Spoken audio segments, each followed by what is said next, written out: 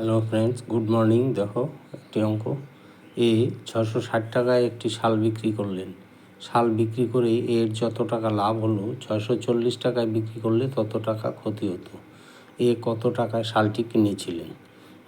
দেখো, এটা খুব সহজ অঙ্ক।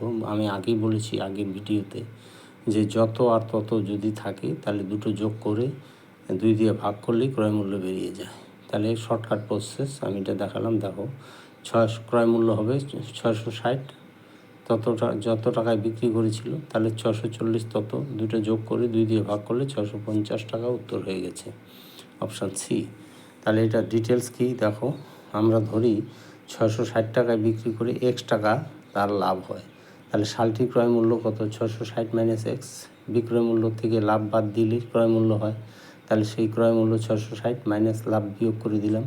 তাহলে সিমিলারলি এবার শালে 640 টাকায় বিক্রি করে এক্স টাকা ক্ষতি হলে তাহলে ক্রয় মূল্য কত হবে? তাহলে বিক্রয় মূল্যের সঙ্গে ক্ষতিটা যোগ করলে সেটা হচ্ছে বিক্রয় মূল্য। ঠিক আছে? আর ক্রয় মূল্য, তাহলে এখান থেকে দেখো দুইটি ক্রয় মূল্য সমান করে দিলাম। তাহলে এক্সগুলো এক পাশে, সংখ্যাগুলো আরেক পাশে। তাহলে -2x = -20, x = 10।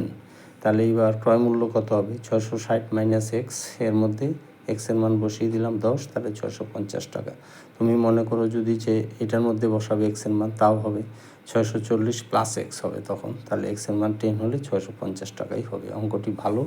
তোমাদের ভালো লাগলে অবশ্যই লাইক, কমেন্ট, শেয়ার করতে ভুলো না।